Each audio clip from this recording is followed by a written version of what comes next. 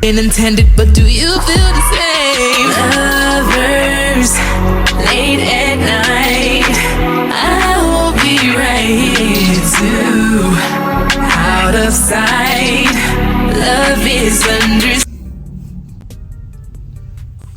Hi everybody, it's your girl Imani P from the DMV. You know where I'm at, you know where I be. Welcome to my channel, Imani Versus, where I talk about music, culture, and more. My cup is empty. I need some water. I'll do that another time. Today I want to talk about Kehlani's transition into R&B and how I think it's the best decision that they've ever done in their entire life. Because I saw everybody talking bad about Kehlani on Twitter because this one chick was like, "Oh, you don't think this was a black child? Ooh." I'll put some clips in. Ooh, and like some people were quoting saying like, "Oh, Kehlani's first couple albums were good and then it became bad." Bad where? Anyway, let's just get started. I'm gonna do like some formalities. I'd rather we just skip the formalities. So Kehlani is an American singer, songwriter, and dancer from Oakland, California. A little bit about them. I believe Kehlani goes by they, them. I believe they do go by she, her. This is what I saw. She, her, but I saw that they feel affirmed if you say they, them. So we're gonna say they, them because we want to affirm Kehlani. Okay. So, growing up, Kehlani's father passed away. Their mother was an addict, and their aunt raised them. Okay. Kehlani was actually going to be a dancer first. I actually have that and a useless music fact on my TikTok. Go ahead and check it out. Link in the description below. But Kehlani was going to be a dancer first and was going to go to Juilliard, but they had a knee injury.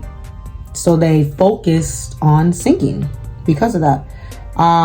Growing up, Kehlani has said that they listen to a lot of R&B music, a lot of neo soul, and you can hear that in their current R&B music right now. So like take note of that a little bit. We're still in formalities. When Kehlani was 14 years old, they were recruited to join a pop cover band called Pop Life. This group was produced by Dwayne Wiggins, who was a member of Tony Tone, who's another R&B group with Raphael Sadiq and some other guy. I'll write it down because I'm trying to get through the formalities so I can explain how that one tweet was wrong and how I'm correct. This whole channel is about me being correct. So Kehlani joined Pop Life. They were on America's Got Talent with the group, and they finished 4th place. One of the judges, Piers Morgan, told Kehlani during one of their Pop Life performances that Kehlani got some real talent, but I don't think you need a group.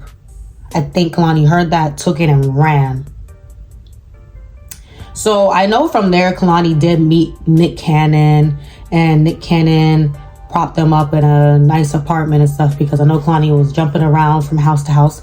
Kehlani had like a very interesting upbringing, you know, very misunderstood, you know, living in a lower income area, you know, not raised by your parents, a bunch of siblings, the whole nine. So you can only imagine how Kehlani was moving as a teenager, being angsty and stuff. Like, if you see pictures of Kehlani when they were a teen, they gave like, "Yeah, I hate you, mom." Well, you know, they gave that. But that's okay. That's the stage. That's the stage. Not my stage because I am.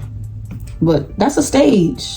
So let's fast forward. Kehlani had 2 mixtapes out before their studio album, Sweet Sexy Savage. It was called Cloud 19 and You Should Be Here. Cloud 19 came out in 2014 and You Should Be came out in 2015 with the lead song The Way featuring Chance the Rapper. Everybody used to love that song.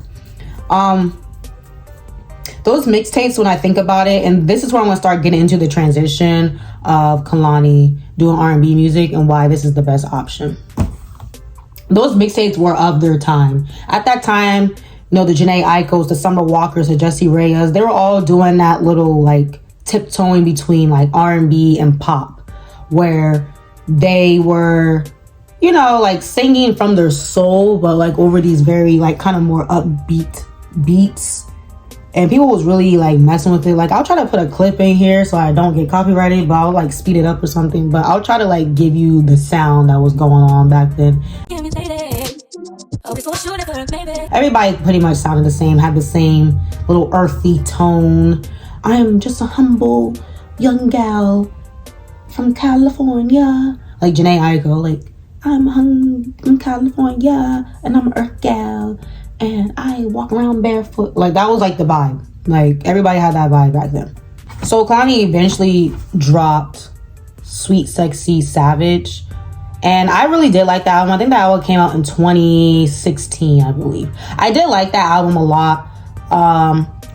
It was a lot of pop. It was a lot of... Kehlani signed by Atlantic, so there was like a lot of pop on there to get things on the radio.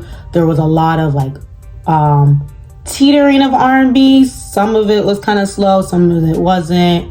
And a lot of themes of just love and loving myself and leaving people's, it's not one of my favorite albums by them, but it's an album. Kehlani dropped a mixtape in between Sweet Sexy Savage and It Was Good Until It Wasn't. This mixtape came out in 2019. It's called While We Wait. I think this is one of their best projects. While We Wait, I feel like was the official transition into R&B.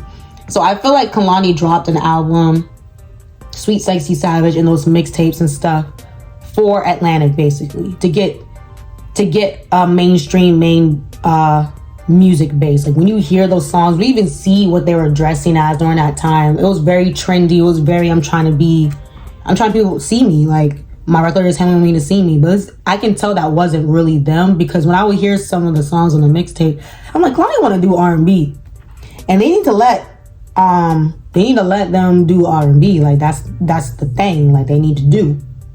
Stop playing with them. So While We Wait comes out. It's more R&B filled. It has people on there like Dom Kennedy, Ty Dolla $ign, Black, Music Soul Child. You could tell that they were really trying to transition into R&B.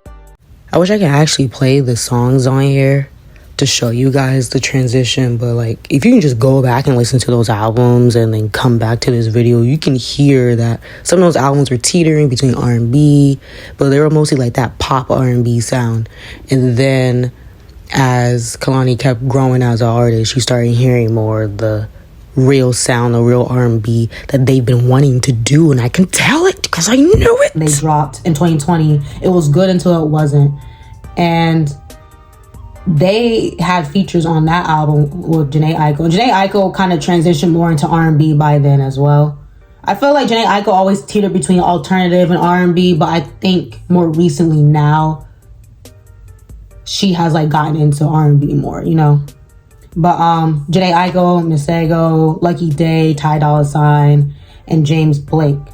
So that was in 2020. I'm gonna put clips in between these.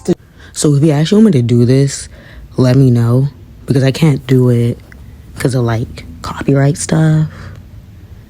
Yeah, but maybe I can go on live on something and I can show you. It doesn't matter.